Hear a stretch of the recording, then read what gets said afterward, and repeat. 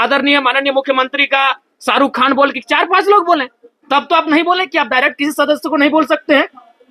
भैया भाभी जब आधा घंटा, कल्पना भाभी, हेमंत सोरेन जब मंत्री लोग बोलने लगता है तब तो कोई नहीं बोलता है कि आप किसी व्यक्तिगत पे बात क्यों कर रहे हैं।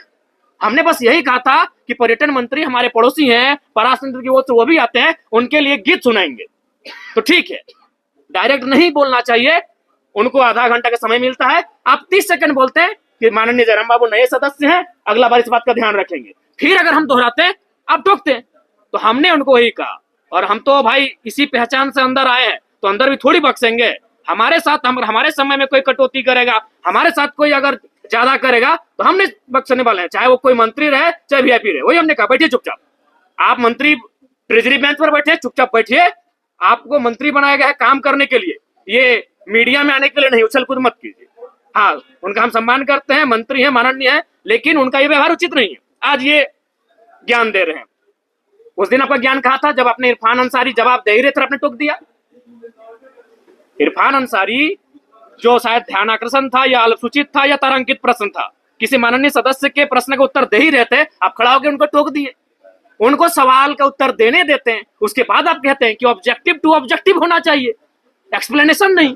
तब आपका संसदीय, अरे भाई नया चूंकि वित्त मंत्री जी अभी इलाज के लिए गए हैं, संसदीय मंत्री, इनको प्रभार मिला है, तो हमारे बड़े भाई माननीय भी उछल कूद करने लगे हैं, अपने आप को सदन से ऊपर ये लोग समझने लगे हैं। और फिर इरफान भाई साहब का तो आदत है, उनको भाई मीडिया में बने रहने के लिए उछल कूद करना जरूरी है।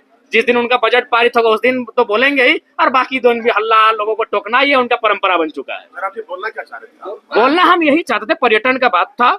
हम मधु मंसूरी जो पद्म श्री विजेता है, हम उनका एक 4-5 लाइन का बोल था, उसको सुनाना चाहते थे। जयराम जी, तो आपको क्यों लग रहा है ऐसा क्यों? कारण है, उनको वही कारण है कि पूरा राज्य जयराम महतो को सुनता है।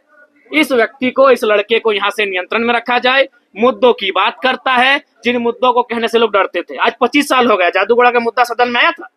मैं आपसे पूछता हूँ, आज लोग बर्बाद हो गए, जादूगोड़ा में बर्बाद होने की कगार में है, आज तक सदन तक नहीं पहुंचा, क्योंकि वो मुद्दे सदन तक आ नहीं पाते थे। और ये लड़का बिना डर का, बिना भय का उन मुद्दों को सदन तक लेके आता है। तो इन लोग को हालत खराब है हमसे, और बोलते कि नहीं डायरेक्ट आप किसी सदस्य को नहीं लेकर सर।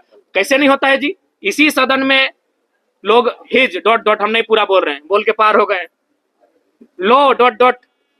बोल के पार हो गए इसी सदन में। तब इनकी ना मर्यादा कही गए थे, हमें झारखंडी गीत सुनाए, तो इन लोगों को परपरी लग गया भाई। जयराम जी, ये लगता है कि सुदीप कुमार सोनू ज्यादा जानकार हो गए, ज्यादा जानकार नहीं, काबिल बनने का कोशिश कर रहे हैं। लगता है कि उनसे बेहतर इस राज्य में कोई है ही नहीं जो संसदीय प्रणालियों को जानता है, जो संसदीय व्यवस्थाओं को जानता है। ये गीत क्यों गुनगुना रहे थे? क्योंकि पर्यटन का बजट था, तो इस गीत का संबंध पर्वत पहाड़ से है, नदी नाला से है, और पर्यटन का संबंध नदी नाला पर्वत पहाड़ से है। और हम किससे सीखेंगे? मेरा सवाल, हम किससे सीखेंगे? हम जब सदन में पहली बार आए तो हमने देखा सभी मंत्रियों ने शायरी पढ़ा, सभी मंत्रियों ने कविताओं को पढ़ा, तो हमने भी प्रयास किया। तो कोई शायरी आपको पूछना था कि कोई सवाल था? नहीं, हम इस गीत के माध्यम से झारखंड के पर्यटन को बढ़ावा देने पर चर्चा कर रहे थे। इस गीत के माध्यम से झारखंड के पर्यटन पर हम अपना राय दे रहे थे कि आप अगर पर्यटन पे फोकस करें, पर्यटन पे अगर डेवलपमेंट की बात करें, तो कृषि के बाद, उद्योग के बाद और सरकारी नौकरियों के बाद युवाओं को हम पर्यटन की दिशा में लगा सकते हैं, क्योंकि झारखंड में सबसे सुंदर पर्यटन का माहौल